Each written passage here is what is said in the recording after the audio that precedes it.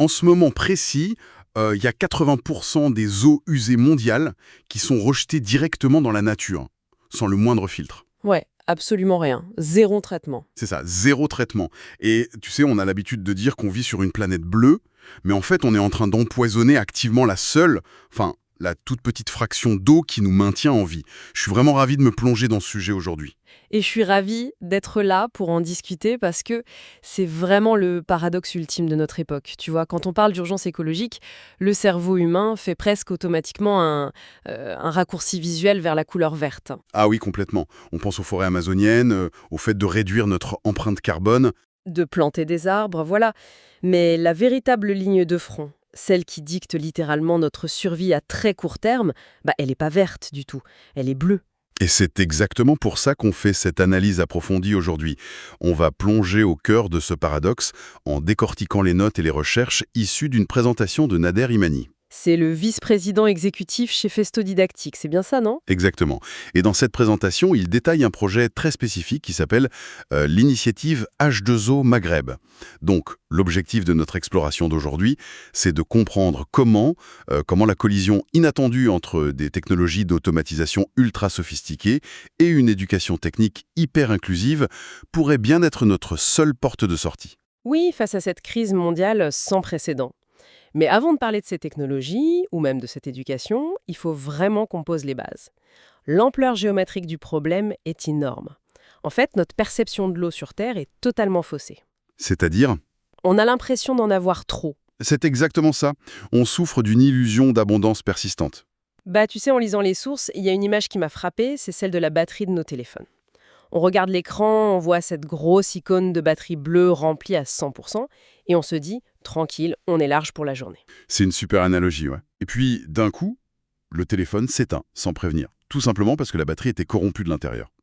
Le contraste entre il y a de l'eau partout et on n'a pas une seule goutte à boire, ça fonctionne exactement pareil. Ok, décortiquons ça. Quels sont les vrais chiffres? Eh bien, les mathématiques derrière cette illusion sont franchement effrayantes. Visuellement, depuis l'espace, la Terre, c'est une sphère bleue recouverte à 75% d'eau. D'où le nom de la planète bleue, forcément. Voilà. Le cerveau enregistre donc une ressource infinie. Sauf que ce qui est fascinant ici, c'est que 97% de ce volume global, c'est dans nos océans, donc c'est de l'eau salée. Mais on peut pas juste la boire comme ça. Non, impossible. À moins de déployer des processus de dessalement qui ont une complexité et un coût énergétique colossaux, cette eau est totalement inutilisable, que ce soit pour l'agriculture ou pour la consommation humaine. Donc, attends, on élimine d'emblée 97% de la ressource. Il nous reste donc un petit 3% d'eau douce pour faire tourner tout le monde entier. Et encore, ce serait trop beau si c'était 3%. Parce que sur ces 3% restants, il y en a environ 2,5% qui sont constitués d'eau douce gelée. Ah oui, les glaciers. C'est ça, elle est littéralement piégée dans les glaciers, le pergélisol et calottes polaires. Ce qui nous laisse avec le chiffre final, le vrai goulot d'étranglement de notre système, il nous reste seulement 0,5% d'eau douce liquide et accessible. 0,5%. Mais c'est microscopique. Complètement.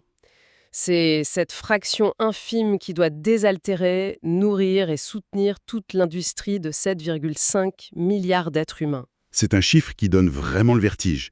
Et c'est là qu'on revient à la statistique glaçante du tout début.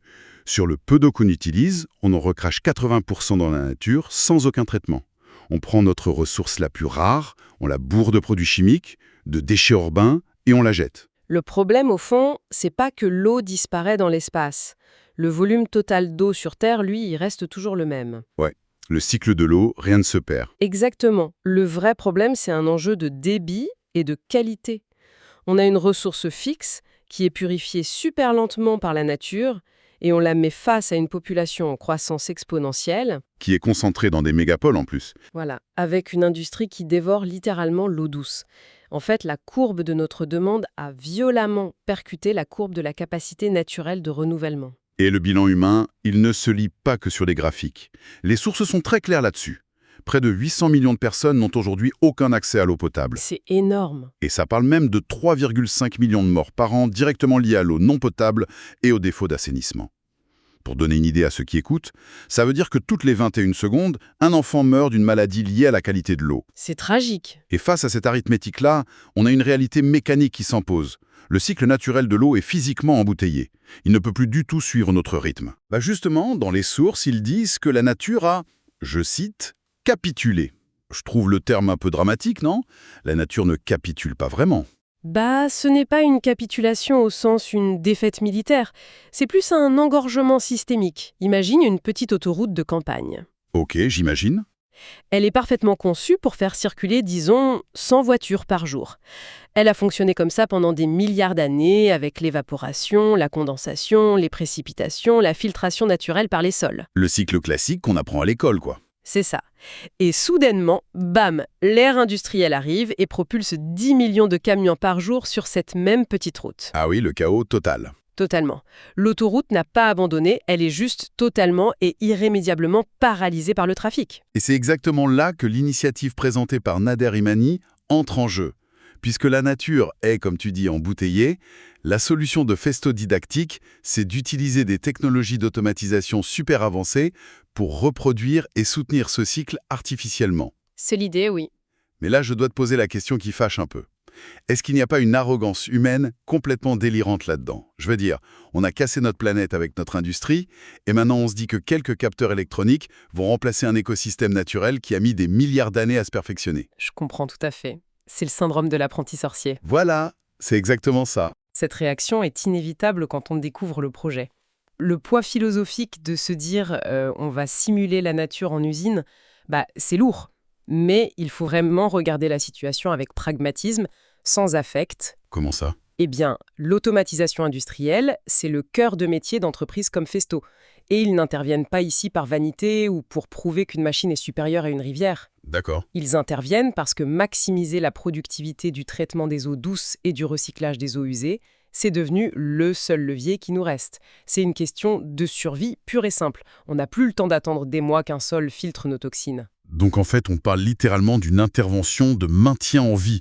C'est une sorte de respirateur artificiel pour l'hydrologie de la Terre. Oui, c'est une excellente façon de le formuler. Mais comment ça marche concrètement? Les sources mentionnent un système appelé EDS, le système de découverte de l'environnement de Festo. Ça ressemble à quoi de reproduire le cycle de l'eau avec des machines? Alors, imagine un écosystème naturel, mais sous stéroïdes numériques pour aller 1 million de fois plus vite. Ok. Dans une usine de traitement moderne ou dans un laboratoire équipé de ce fameux système EDS, on utilise une triade technologique. Des capteurs connectés? Des processeurs réactifs et des actionneurs agiles. Ok. Décodons un peu ces trois éléments pour qu'on comprenne bien. Bien sûr. Prenons un exemple critique. Disons qu'une concentration soudaine et très forte d'ammoniac toxique arrive dans les eaux usées d'une grande ville. Le truc qui détruirait la faune d'une rivière en quelques heures dans la nature. Exactement. Eh bien, dans le système automatisé, on a un capteur ultra sensible qui détecte ce pic moléculaire en temps réel. Donc il n'attend pas de voir les poissons remonter à la surface. Voilà. Il envoie immédiatement cette donnée brute à un processeur central. Et ce processeur, grâce à des algorithmes très complexes, calcule instantanément la contre-mesure chimique exacte qu'il faut appliquer. Ah, je vois. Et c'est là que le fameux actionneur entre en piste. Tout à fait. L'actionneur reçoit l'ordre du processeur et il va libérer la quantité vraiment chirurgicale de réactifs pour neutraliser la menace. On parle d'une précision au milligramme et à la milliseconde près. Donc fini l'époque où on versait les produits chimiques à l'aveugle en espérant que ça marche. C'est ça. Le cycle complet, donc la détection de l'anomalie, le calcul de la solution et l'exécution physique, se fait presque à la vitesse de la lumière. C'est ça l'automatisation du cycle de l'eau. C'est reproduire la filtration naturelle, mais en éliminant les délais et les approximations humaines. Franchement, c'est fascinant d'un point de vue de l'ingénierie. On est à des années-lumière de la vieille station d'épuration avec ses grosses grilles pour filtrer les déchets solides. Ah oui, ça n'a plus rien à voir. Mais si on pousse la réflexion 2 secondes, on vient de décrire un écosystème robotique parfait. Or, j'ai jamais vu un capteur réparer un tuyau fissuré tout seul, ou un algorithme négocier la distribution de l'eau avec le maire d'une ville. Non, ça, les machines ne savent pas faire. Et pour moi, c'est là que ça devient vraiment intéressant dans cette initiative H2O Maghreb. L'urgence technologique révèle une faille humaine énorme. Qui va gérer ces usines de science-fiction? C'est le goulot d'étranglement secondaire. On a la technologie, oui, mais on manque dramatiquement de cerveaux qualifiés pour la faire tourner. Et c'est là que le profil de l'employé du secteur de l'eau est en train de subir une mutation spectaculaire. Le plombier classique avec sa clé à molette, c'est fini quoi. Il est mort. Le technicien de l'eau moderne aujourd'hui, ça doit être un véritable chef d'orchestre scientifique. C'est vrai que quand on regarde les compétences exigées dans les documents, on dirait un diplôme universitaire multiple. Il faut maîtriser la chimie et la biologie pour comprendre les polluants, ça, ok. Mais il faut aussi des compétences en génie mécanique, pour la tuyauterie à haute pression, en génie électrique aussi pour alimenter les structures massives. Et surtout en automatisme industriel pour programmer les fameux processeurs qu'on vient de décrire. C'est dingue. Ce niveau d'exigence, d'ailleurs, a amené à une classification super rigide de l'éducation technique.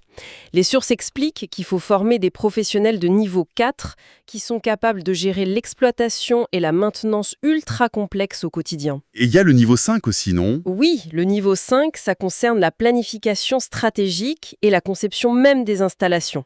En gros, c'est de l'ingénierie de pointe appliquée directement à la survie civile. Ce qui nous ramène direct au cœur du projet H2O Maghreb.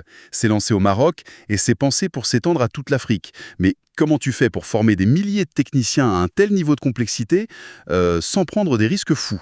C'est le grand défi. Oui, tu vas pas dire à un étudiant en première année tiens, voilà le panneau de contrôle de l'eau potable de Casablanca, amuse-toi à régler le pH pour voir ce que ça fait. Non, surtout pas. Une erreur et tu prives un quartier entier d'eau potable. Et c'est là toute la puissance de ce projet. Il intègre massivement la numérisation et la réalité virtuelle. À la réalité virtuelle, ok. Au lieu d'opérer sur des réseaux réels, les étudiants s'entraînent sur ce qu'on appelle des jumeaux numériques. Ce sont des simulateurs hyper réalistes. C'est exactement le même principe que les simulateurs de vol pour les pilotes de ligne. Ah, super malin. Donc ils peuvent se tromper sans conséquence. Voilà, ils peuvent provoquer virtuellement des catastrophes chimiques, apprendre à les résoudre avec les capteurs et les actionneurs, le tout dans un environnement totalement sécurisé. Mais au-delà de la prouesse technique et pédagogique, il y a un aspect sociétal dans ces documents qui est, je dirais, presque émouvant. Cette pression énorme de trouver des cerveaux pour maîtriser 5 disciplines pousse la société à briser ses propres barrières. Tout à fait. C'est une conséquence indirecte, mais vitale. L'enseignement technique, particulièrement en Afrique du Nord, mais c'est vrai partout ailleurs aussi, a été massivement stéréotypé pendant des années. C'était vu comme un domaine réservé aux garçons, quoi. Et là, la nécessité a fait loi. L'initiative H2O Maghreb a très vite compris qu'elle ne pouvait pas se priver de la moitié de l'intelligence disponible, donc le programme met un point d'honneur à recruter et intégrer massivement de jeunes femmes. C'est fou. Les textes de présentation vont même plus loin. Ils ne parlent pas juste d'étudiantes, ils emploient le mot héroïne. Et c'est pas un vain mot quand on y réfléchit. Non, clairement pas. Ces jeunes femmes apprennent à sauvegarder les vies de leur communauté. Elles maîtrisent la chimie, la mécanique, le code informatique, tout ça pour garantir que de l'eau pure sorte des robinets. C'est vraiment réjouissant de voir qu'une crise technologique et environnementale devient le moteur direct de l'émancipation sociétale. C'est exactement ce qui se produit quand on arrête de travailler en silo. Et cela soulève une question importante sur la gouvernance mondiale. Tu sais, les Nations Unies ont défini les objectifs de développement durable, les ODD. Oui, les fameux objectifs pour 2030. Souvent, les gens les lisent comme une simple liste de souhaits, un peu indépendants les uns des autres. Mais l'initiative H2O Maghreb démontre leur interdépendance absolue. Ah ouais? Comment ça s'articule concrètement dans ce projet?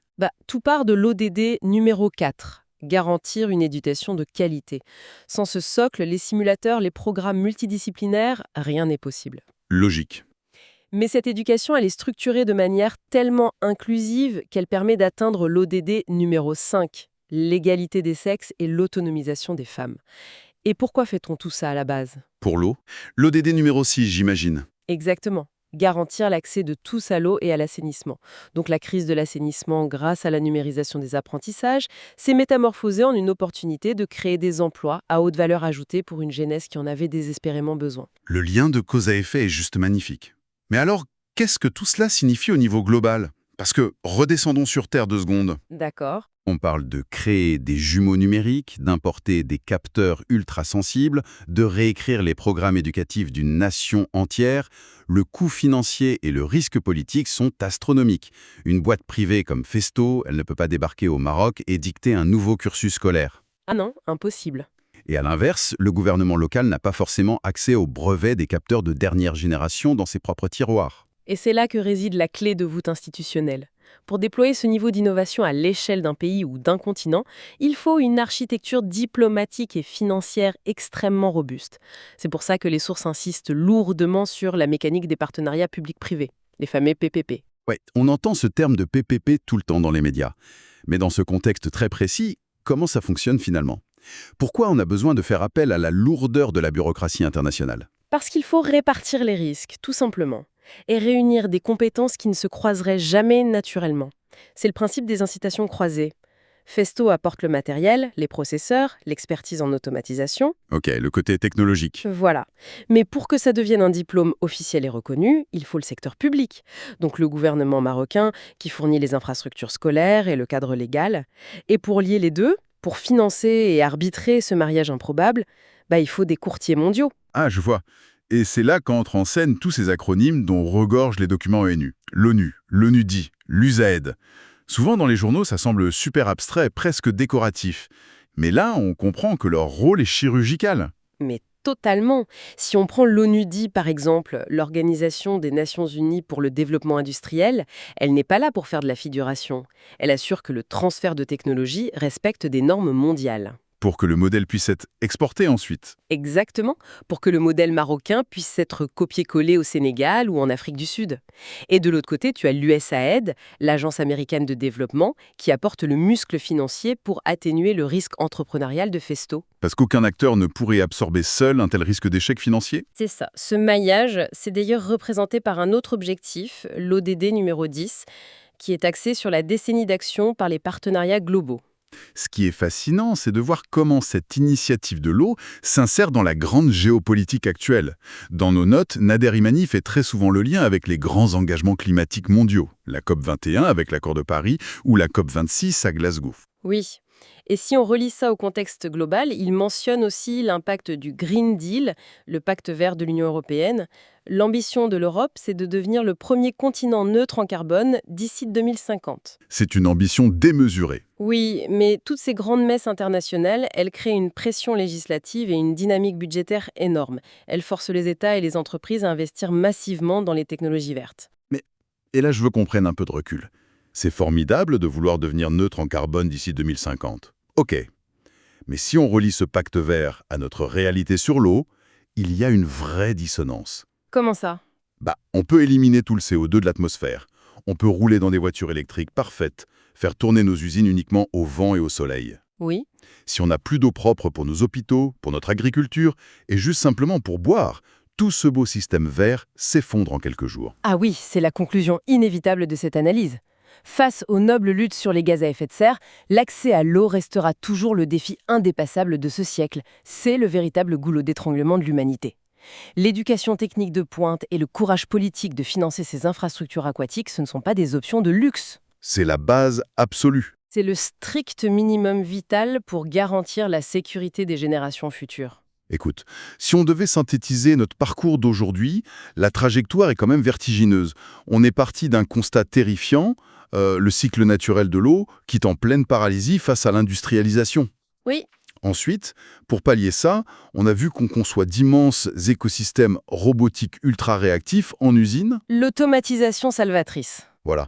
Et pour diriger ces machines complexes, on assiste à l'émergence d'une nouvelle élite de techniciens et techniciennes, ce qui transforme carrément une crise sanitaire en un moteur d'inclusion sociale et d'émancipation pour les femmes. Et tout ça soutenu par des alliances diplomatiques mondiales. C'est un sacré voyage. C'est une remarquable démonstration de la résilience humaine, quand elle est poussée dans ses derniers retranchements. Mais tu sais, il y a une dernière réflexion profonde que toute cette architecture soulève, et je pense qu'elle mérite qu'on s'y attarde avant de conclure. Vas-y, je t'écoute. Pendant des millénaires, on s'est perçus comme de simples habitants, ou parfois même les maîtres d'une planète autonome. Une planète qui se nettoyait et se régulait toute seule. Ouais, on l'a laissé faire le boulot. Exactement. Mais puisque la nature n'est plus en mesure d'assumer le recyclage de notre eau, et que notre survie immédiate dépend de notre capacité à simuler et automatiser ce cycle vital artificiellement, Où tu veux en venir? eh bien, est-ce qu'on n'est pas en train de changer de statut biologique, Est-ce qu'on ne passe pas du statut de simples habitants à celui de maintenancier mécanique à temps plein? Waouh! Des techniciens de surface à l'échelle planétaire. C'est ça, on devient une espèce condamnée à travailler nuit et jour pour garder sous assistance artificielle une planète qui a oublié comment respirer seule. C'est une perspective vraiment troublante, mais c'est définitivement une question à méditer la prochaine fois qu'on boira un simple verre d'eau.